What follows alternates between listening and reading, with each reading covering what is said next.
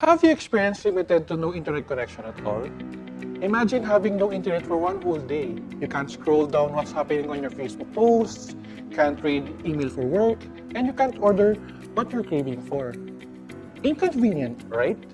While some of us might find having no internet connection at all inconvenient, think of the 37 million Filipinos who face this daily struggle.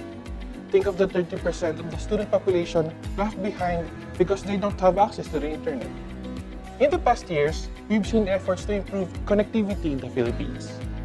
However, the lack of reliable, sustainable, and resilient ICT infrastructure remains as key barriers in the uptake of the internet and overall effectivity of online learning setups, especially in remote areas.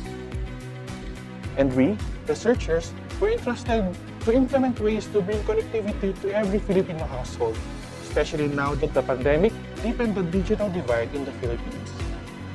Hello, my name is Martinez, and today we are going to talk about how the DOST, Advanced Science and Technology Institute, is trying to help our rural communities in keeping up with the changes of time and technology.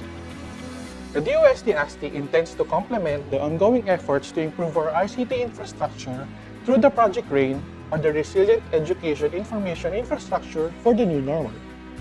As mentioned on the name itself, the RAIN project focuses on developing application frameworks and infrastructures to support the shift through remote learning and to hopefully narrow the digital divide in the country.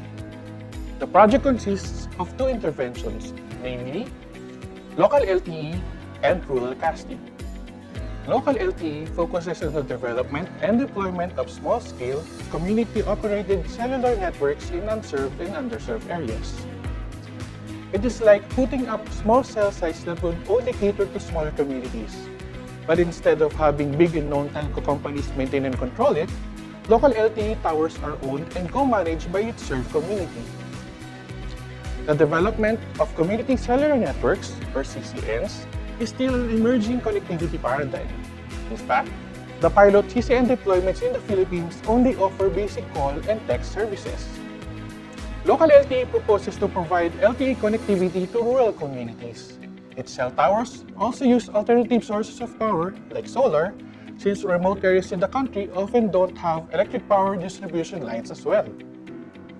Meanwhile, rural casting focuses on the enhancement of learning material delivery through digital TV, also known as data casting.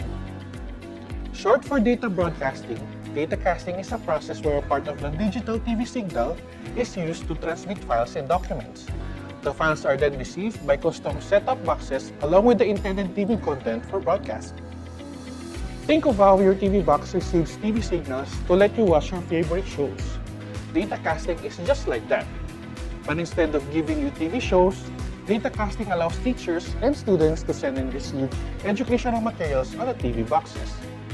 Rural casting aims to develop an educational and interactive digital TV application framework leveraging data casting technology with wireless return channel that can send feedback and output from students back to the teachers. It also aims to assess the impact of interactive digital TV applications in learning engagement of students, especially in rural areas. In summary, Project RAIN aims to develop technology demonstrators to champion for policies that will enable a more equitable and efficient use of communication signals.